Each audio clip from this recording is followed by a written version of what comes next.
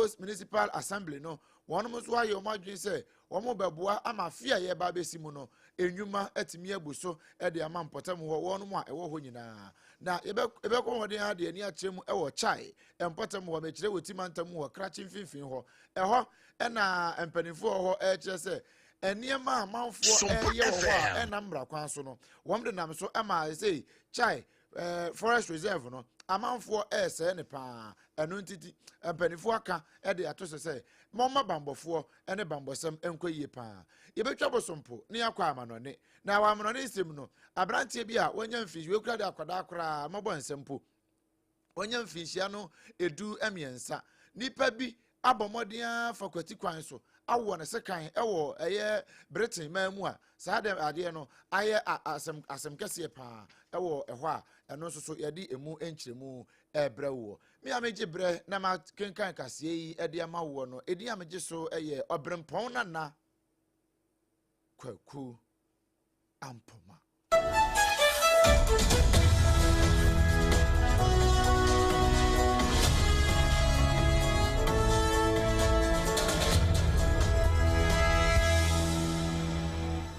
afei yenye bre na yemo entem no mu enkomo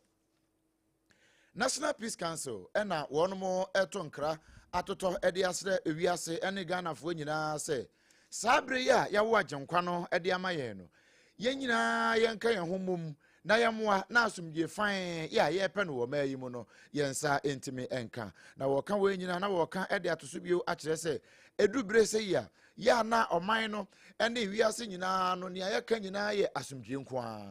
esanse wa wo wiase agenkwa no de amaye wiase agenkwa na wawo no ede amaye no wono no oya asumdie ba ene oya asumdie nkwa na wode nam eno nti se yesi ye pa asumdie na ye di bronya na ye kai wiase agenkwa no de a na ye ka de yesisu se eya asumdie ena obia emo ho dawuru titru pa ene naano se na asante hene otumfo se tutu aba bio ye otosomienu wode boko mediation report ekoma mampani na no nam so na fa bi so amonye ntuma no kura nam so ma okopie mu wo empotam ho anandom ne mfimfin ho no wono mo eye basabasa ewo ho a enam so kura ama sesei wom de enhye na curfew e de ato won so eno akwa asem kese pa eno nti National Peace Council for wom toto e de asle regional security councils and as regional security secretariat ni mpanifo ho nyina ne critical stakeholders nyina se wo bia nya na famu de kama se ne ebe ya asumdie fine ya ye pe ne boko ene Ghana ha nyina no wo bia ebetimi aye chefa kese pa ewo mu a enam so ebe ma ebe ka se no kura ansampo na ye di 2025 bronya na wie no na asumdue a yepe ede ma mampurusifo ene kusasifo no na yensa etimi aka eno nti wonam kasafidie yiso etoto ede asrese obi anya de obetumi emoa na asumdue a yenyina yepe no wo mayi mu no yenyina yentimi mu afei wo council de akire mpanifo a wono ka bi ewo mu e wo mampurusi ene kusasi nyina se sabre no wo wiase age nkwana de amaye wo ka kire won nia aye akoma ebe de akoma to ye mbeba no eno na won nka ho asem na afei nia de abufuo hoye masa ebetimi aba no wo mu nyina nyi ne mokwa na dam sa aye so amanya nkopon atimi ahyira kusasi ene mampurusi na aka boko nyina enam sa aye so no Ghana nyina so no ebenya sa enhyira no bi sa ankratoe yi eranse nkaibo yi Most Reverend Emmanuel Kofifia no wono na eye chairman edema National Peace Council Governing Board no wono na nensa ehyasie ye to akase no eso Oswafo a ohwe afisam ensam so eye onimnyafo Muntaka Mubarak Mohammed Triple MI wono na de nani akire mu ewo obono mantamu a wode okokire bonofo nyina titiri pa ne Ghanafo wase wogina bono na ekasa nenso eye Ghanafo nyina ena wo kasa ede ekire yen na ne nyina ne se okobie eye National Signals Bureau ewo eye sunyane eno na wode itudwa no wo chese no kure bambo semopa ya wo beboa amana koso ewo mpotam ho titiri pa ne manga na mu no eye papa eno nti wo ka ede akire wo bibia se wo bia fa ne ho nyimbi na bambo semo a ye nyina ye pre na de asomdue beba se ne National Peace Council fuo mpo ka se ye hia asomdue wo boko no ne nyina ye bambofo ya ene bedi animu esanse ye pe bambo a na yɛ pɛ bambɔ ɛde ama ɔman no ɛno nti obiara ka ne ho bom saa na mo boa ɛma bambɔfoɔ na yɛde wɔn aba mpɔtam no yɛn nyinaa yɛ boa na yɛaboa ma nneɛma nyinaa tumi akɔ yie ni aka wɔn ho saa kwan ne so a ebetumi aboa paa ama asomdwe a yɛn nyinaa yɛ pɛ no yɛn nsa aka. I want to take this opportunity to inform the other security agencies. Please make better use of this facility. Don't see it as a National Signal Bureau staff facility. This facility is for all of you. It is to help you to be able to respond swiftly. It is to help you to be able to gather intelligence accurately. It is to help you and assist you so that you can be more efficient in your day-to-day activities within the region. This facility is established for your benefit. Every person and whether under the National Signal Bureau or National Security apparatus that is given an opportunity to serve, please don't use this as a license to intimidate people. Don't use this as a license to extort. Don't use this as a license to misbehave. I have given clear instructions to both the National Security Coordinator and the National Signal Bureau Director General. Many of you are within your probationary period. We see the slightest sign that your interest is not to protect our citizens. Your interest is to extort, and you'll be on your way out. We oswafo a wohwe efisem ensam so onimnyamfo Muntaka Mubarak Mohammed na wakasa wie yepe ena National Security Coordinator DCOP Abdulrazak Osman wono se kakreka hono wachese no kure asaba ne pani aka ne nyina no ne kwan so a no na emom se ye prebambo a ne ye prebambo e de ama obi bia eno nti se ye de abefo e ka ho ne ye de prebambo de ama o man Ghana no eno ena National Signals Bureau wo mo ba be ye. It will operate as a force multiplier with professionalism, discretion, and legal compliance. There's always a tendency that NSB does monitor people illegal. Let me assure you, the current Director General and his team are professionals, and they work in the interests of the general public. I call all to this action, therefore, that security is a shared responsibility. We require that all should cooperate with the workers in this facility. We DCOP Razak Osman wono ena oye National Security Coordinator wakasa wie yepe ena Director General edema National Signals Bureau Dr. George Atabuaten wono so de kakra piece we say core mandate of digital surveillance, early warning intelligence, protection of critical national infrastructure, and the provision of secure digital systems in support of national security operations. We affirm our resolve to proactively neutralize digital and cyber-enabled threats before they materialize, ensure public safety, uphold the highest standards of professionalism, and at all times respect and protect the rights and freedoms of the people of this. We Director General Edema National Signals Bureau Dr. George Atabuaten ena yete no enkano uguso ya wotie na na kwadwoje si company limited ne kase no ne awaso asene kama say yemfa mere wo sa ne be ya bro nyan ne ma nyina betimi akoyie ede amaye no eno asugusu a wotie no na kwadwoje si company limited ekoba sempene mo wono na adanse hu ne ma nyina no woto ne papa eno nti se wo pese wo si dan a ubetimi kura akọ no wakwaji free consultation ya wanye o kapre wanye o sempo anada ama na wagbon free consultation woto ne ma no nso a wode eguka mu ade akogya free Ghana ha ba bia kona bia so wobutu ho eno nti frɛ no wa homan so 0204 355 040 0204 355 040 Nana Kwedo si company limited adansi ye woni papa no eho ene yekoto no mesrew sabre unya to adansi ye woni mani wie se ekimua na wabomodin apɛ 2074 ni bi ato eno na beboa me pa sanse bronya yi mu madika ka kire se me mpesa wo de yade ebewura bronya no mu mesrew eye 2074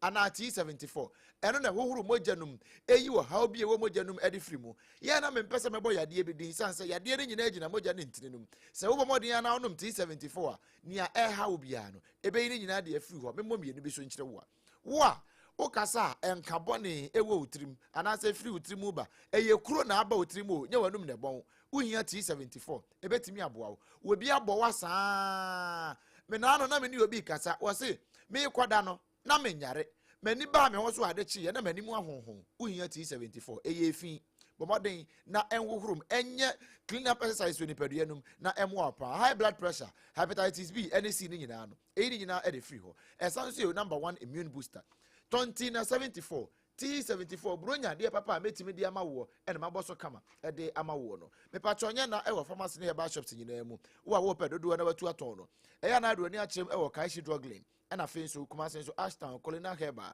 who do any more when you be at all. Numbers I bet me a friend 0246 073 498 0246 073 498 and 0501 628 931. Enya mopin for ba wo ma akoda no fo na akoda wonya mfinhia no edu emienu. Afi ye toa ensem no eso. Ye kwa kopie mu ewo ahafano South East Menstri no emu ewo Asante Mantam mu wo akọ mu general meeting we ye last ordinary general meeting na wono koye no pani a oda Menstri no ano eye onunyamfo Isaac Ayaba Nelson Isaka Ayaba Ibrahim kura eka ne den ho wono ena wogina mu opintie simpie ni apaso ya wone empani ebo enkomo na wo ye meeting ni nyina wieye no ena ye ma ne boni Ebenezer owusu ansa wo chire gina wankona ena wona ne bo wo che no ane ko kwatan ya wona ko discuss ya na so won ko bo ho nkomo ena afi wo mo hwe animu afi mu ni nyina no ne ma wo mo timi aye nia wo mo hwe animu tutu mo betimi aye afi a edi animu no obo mo de a chere nyina mu e de chere Ebenezer owusu ansa sei okay fragile organization ko ka ino mo ya say ya bo bi say receipt of rules and now here electricity and this is say so time mo obi ko fi say remember bi electric area sama boss a odiko say be ya bobo ma ya mpata bi nya ere ai hai ene katika mo nti jibedi edi na fi na ya boss now here next year so this is a project akara ya be sa to aso next year so ye project aye nyina no ye besan ato aso we eye onunyamfo Ibrahim Isaka Ayaba Nelson wo wie ne kasa no si wontimi nkọ wabreko a wonna wono mu a ebo ano ne dwumadie mu afi mu nyina no ene obi bia waka no hubo mu assembly members ene coordinating council mpanifo ho nyina no woda obi bia asem obi afinhia pase for the some say mbokko by the advantage points ni na I'm making sure say security no be before security na yen ko ba se bonya obi abede e betu ni boni bia me fa ko ni so ma dara na no nyina as other stakeholders having to be all this what bia e do nyina as o ma boy o ma eduma there akoso tiese o say next year 2026 no mo sa support this it me jam am pani se se the John Dramani mama no me jam regional minister afi local government minister MP eno bibia ya ma afọ South East nyina afinhia ya mo bibia afinhia pa afi wonko na wansan mesan ye honko asomdwe mu a wo haw bia enim Isaka Ibrahim Nelson Ayaba wano Ayaba nkrachepani ya ogina ma de hye wa hafo no South East Menstri no emu nene ene yeti ye ma ne boy Ebenezer wusu ansa ena eto ema na yen sabira no ano ukopie mu hafo ntotro so a eno ewo asutifi North Menstri no emu na akunafo ene won mu a ene bie ewo mpatam ho no wonom so amanfo bia da woromenti womo de se de e de hye omfompi ene omfompi ema Aleximot Construction Limited wono ene wo ye said bi kakra nyakopon de ama no wono so de kakra ebekwa akoboa ama mpatam hofo no wonom so anya bi na wonya bi ma womo wiye no titiri pa ne womo wa tronie tu ahin krom ena afi so wama hinso jedu e de kwa akosi ntotoro so wonom nyina ebeka wo hobom enya bi ne wode niam ma womo wiye no wo kan say to aso the starting program jumadi dia abua program ya better no kwasem ne se anka nya sa jumadi ya anka pressure be ba beto ye so no opinion leaders no go to bia de ne ha ba beto so dan so ni nyina mo kunkom be ma nyame abono de na ma ntotro so jedu wa man so tia ni atoni ane ne mpatam nyina no kwasem woni ma me pokua juma o modi no na ye ka na de no kwale se afia ne ma me efiri mu na ne ma me amu se fridge mu no na o fia no ba o we de yewura na de oba me yadidie lo anu ofra mi se ono amobra na me ma me afiri mu die na nso o se me ma ekurafo no edidie sa afre no ma ekurafo no didi enti waka no ntam se adi fe nyame afre no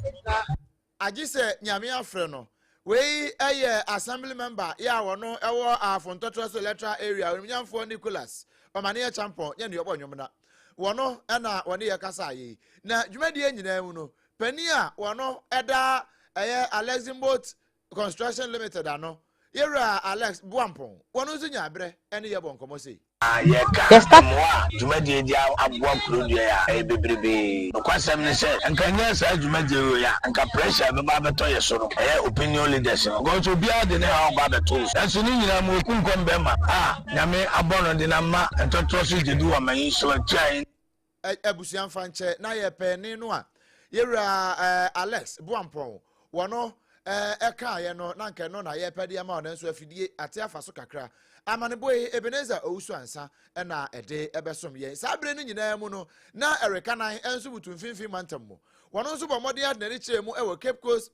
Municipal Assembly ho. Na wono nso ne mpanifo ekobo enkomo. Na womkọ ye no nokure pa. Na yewura George Justice Arthur wono nso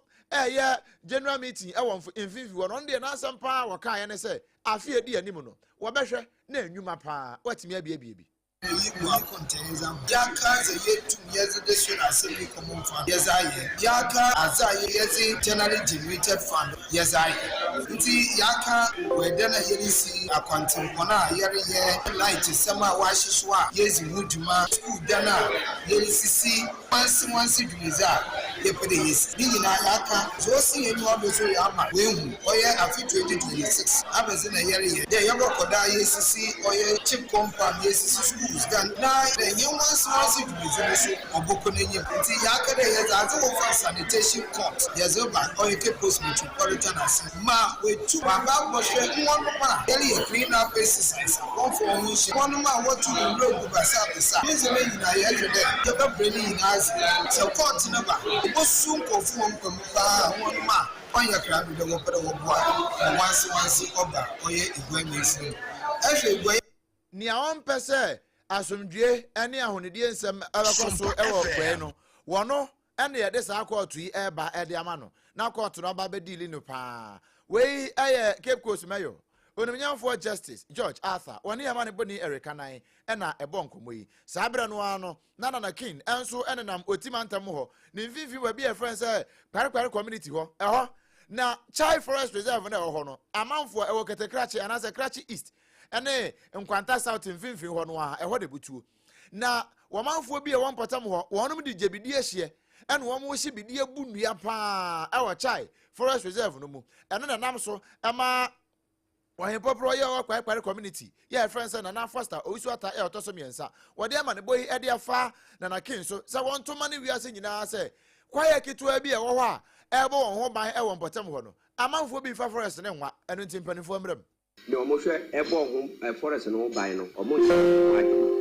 Mr. Minister, Mr. DC, no, or Mumfa, 1 or 2, no Mumbai. Because they say, Uko, Toku, and Nukura, or say, assassin here, or Biadi, a bind here, into a modo. Almost saying Biano cry, and yes, a Fumuno Modono, and yet, so you are born Biano by, no more saying Biana. Nothing, Biano who buy a buy a bono, Nampas or Bene, a womb, Bonsham from my ebo, Mr. Rabbi, or you are a bo, and sure I Efiri nduai mframa ye nya home nyina efiri nduai na eboaye nti mesra abai mbra na ombeboaye na yentimi nya adwuma no mesra abai mbra no omeboa na yentimi nya adwuma no na abai ni wo faase nti eno ane se amanfo otwa ne nua egu fam saa wei Nana Foster Owusu ata ya otoso miensa wahin popro ya wo kware community eno ewo otimantam mu na wode adesradie ede ato aban anim no ugusu tie na kwadjo company limited ne kase no awaso asene no na emo mhya no so me say Joseph Kenke wono so aso ya asene no se ba afia anka be hunu manfo edi nan ninum na manfo agi bigu politin bagim esan sa wode Joseph Kenke to hokra na awotwe mienu na awotwe miensa enye hwe eye wono madawroma eno wo so eka hunu bi ma hede bre wo se oton dokono nko ade a Joseph Kenke no eno ne papa ayemoto kama nkwada nyina atimi di mpanimfo atimi di obi atimi di bi me pato bomode na kotu biton ba ko ye 3 Ghana cedis se mu odu ekoye pamese we apo kronkron utimi to no 3 now they akwaje 7 utimi to no 3 now they aje 10 obi a beto woton so a wonkasa ho eye Joseph Kenke correct one pa upe bi atu aton se na ye tu ama 3 Ghana cedis no a eye dome he ya commercial bank na chiri ho eho na ebutu ye numbers no eye 0256 068 832 0256 068 832 na one yen abo enkomo uwie pe me se medimafo eba center wo se wo di amaw afi mu wo di amaw yade wa bi a etete medimafo eba center sebra na afi won fa time ento yade so emfa emaw me pa cho hwe Tenema nyina betimi akoyie pa ede amawa na odo ni chirem ewo medimafo eba center Dr. Time da so aso ye enyare wa hodo stroke sisiade ukotodwe uchepi diabetes na wo so prostate wo ha nyina hypertension kidney failure awo na emma no me pa cho emfa sa yade we anase ha we enkowura afi na ye ba be wura mu no mesrew pa ko medimafo eba center no ntwa ba emfa hwea no emfamawo na kira kwan ewo pokwa semayira ewo nkran ha ya sanso ena abu akwa agogo nso woni aban suku nu ho no ena edi enimhwe je numbers na free 0244 774 282 0244 774 282 and afi 0500 727215 0500 727215 na afi one no abonkomo one mother romanti ye da na ye hu simape ye ba kase ne ntaso ye de ma wo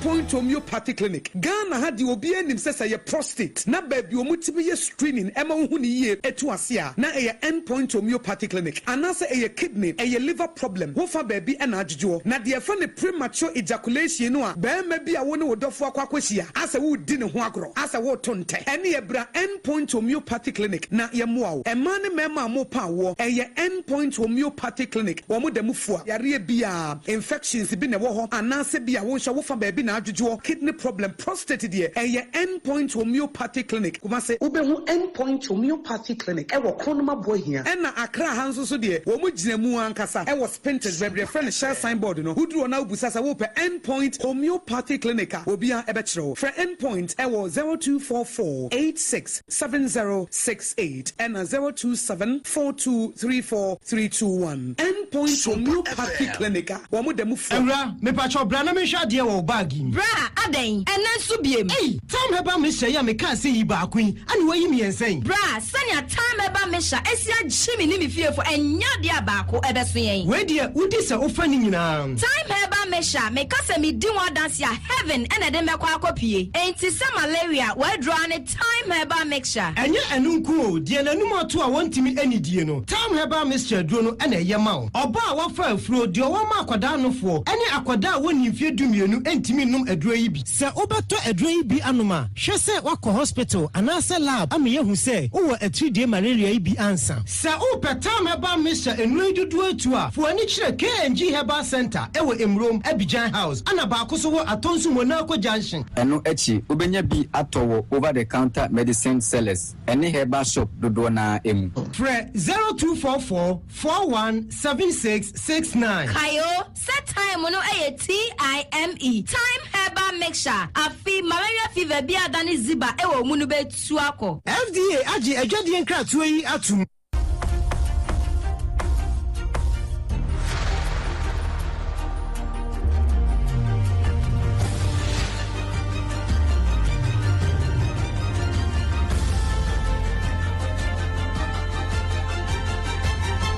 SOMPA TV Emma Aketiapa nokure Emma Aketiapa ye to ansem no so akowie ewo amanone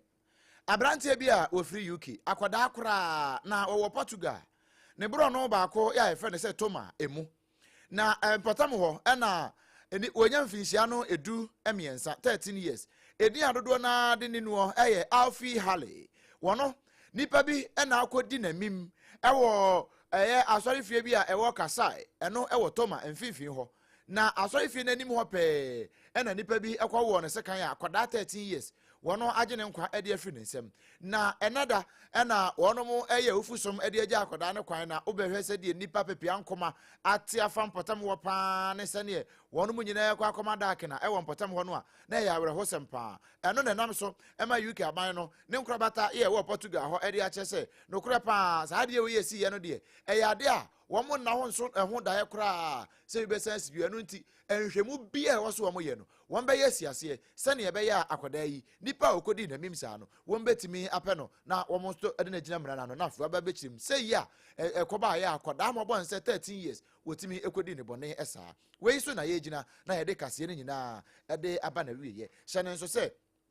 Nana Kwadwo Jesi Company Limited wono ɛna wɔsɔ kaseɛ yasre wono no wafa kaseɛ nyinaa ho ka ma yɛde ɛbrɛ wo yɛtena ase ɛwɔ ɛyɛ nkran ha Sompa 106.5 FM so no at the same time kopie mu asante mantam mu a ɛno yɛ Sompa 93.1 Bronya Bosumi wo mu nyinaa so agye agum ya wono abiebie mu kama Adamfopa Radio ɛno nso wɔ France ahenkro Paris no mu ayiko 100.9 ɛwɔ Kumase Sompa 101.1 ɛwɔ Takwa Sompa 103.3 wɔ Takwa de Sompa 106.1 ɛwɔ Tachiman Sompa 98.9 Wisunyane, Sompa 90.7 won Kranza, Sompa 101.3 Ewa Doma, Kingdom 106.1 FM Ewa Mankasim and a face so Udiko daneso, baby a radio phone in our no, Ubunu says Sompa FM, yes, you kama. Facebook no, Sompa 106.5 FM Accra, and a YouTube near Sompa FM Live, www.sompaonline.com. So, and so we do nano, ya kuchering in our area, Kwaku Kama, Ubetimi and ya be a tear I can kind, the Bianso etimiako yepa, a day amawo. Afei, yeah, me a meji bre eken kan kasiye edema, wono eye, OBREMPONG na Kwaku. Ampoma ejapia apamdada ebeboa yesanso ena rich BITMISE enso ede ko Facebook ne so yes ode so eye bronyada mepacho eya susu dede no tobo ase eye afutuo keke bronya na adu se no de eye afinsiapa ye nyina ye nka ye homom sa asa de peace council for kan so mwie a ye nyina ye pe no ye nsa beka na ye bedi bronya na wie no na ye nyina ye teapo na ye wonkwa ewaze yes sorry so na dwumadi aka nyina ato